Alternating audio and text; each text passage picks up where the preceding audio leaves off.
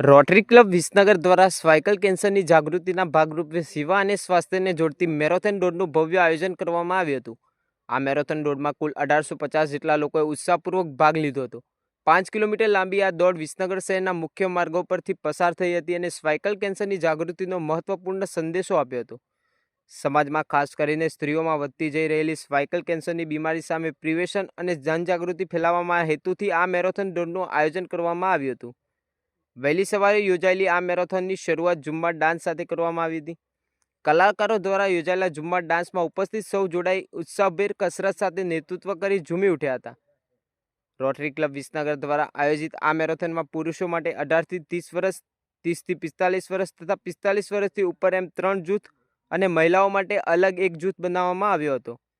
વિસનગર શહેરના મુખ્ય માર્ગો પરથી પસાર થતી આ 5 કિલોમીટર લાંબી મેરેથોન સાકરચંદ પટેલ યુનિવર્સિટીના ઓપન એર થિયેટરથી શરૂ થઈ કમાણા રોડ, સવાલા દરવાજા, 3 ટાવર, મુખ્ય બજાર, દીપક 4 રસ્તા થઈ ફરી સાકરચંદ પટેલ યુનિવર્સિટી ખાતે પૂર્ણ થઈ હતી.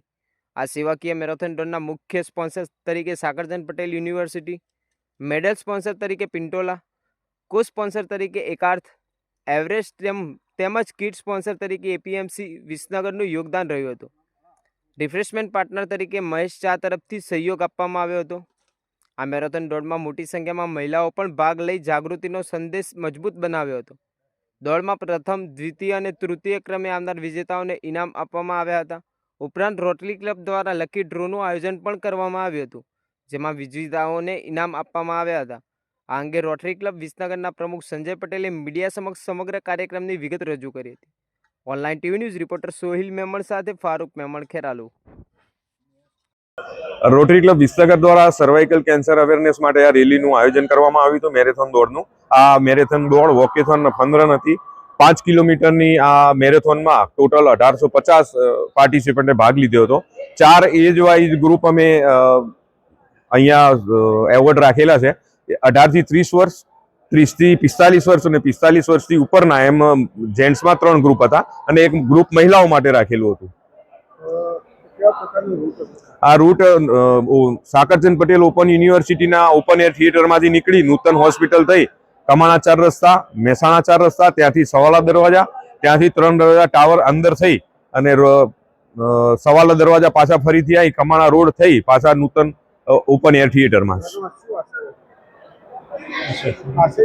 આશય આનો એક જ હતો સાહેબ કે સર્વાઇકલ કેન્સર અવેરનેસ જે અત્યારે વધી રહ્યું છે એને એના માટે જે વેક્સિનેશન આવે છે 9 થી 14 વર્ષથી બાળકીઓ માટે વેક્સિનેશન થાય એના માટેનો આશય અમારો.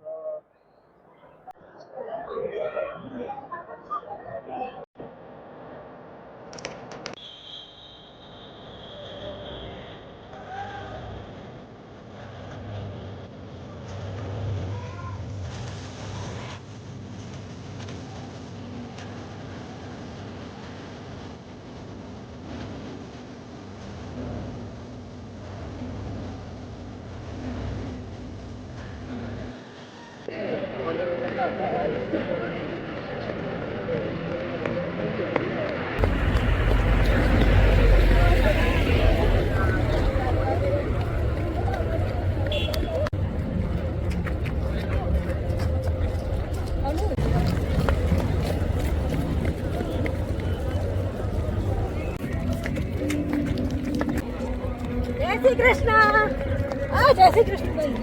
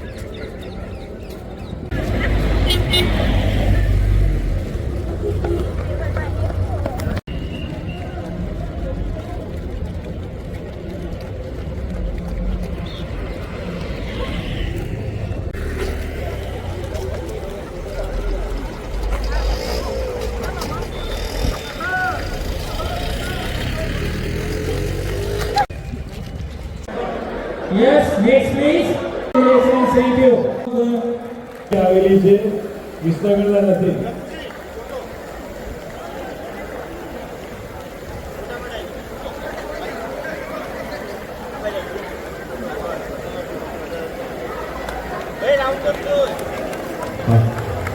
થાળીઓની વધારેલી ત્રણ દીકરીઓને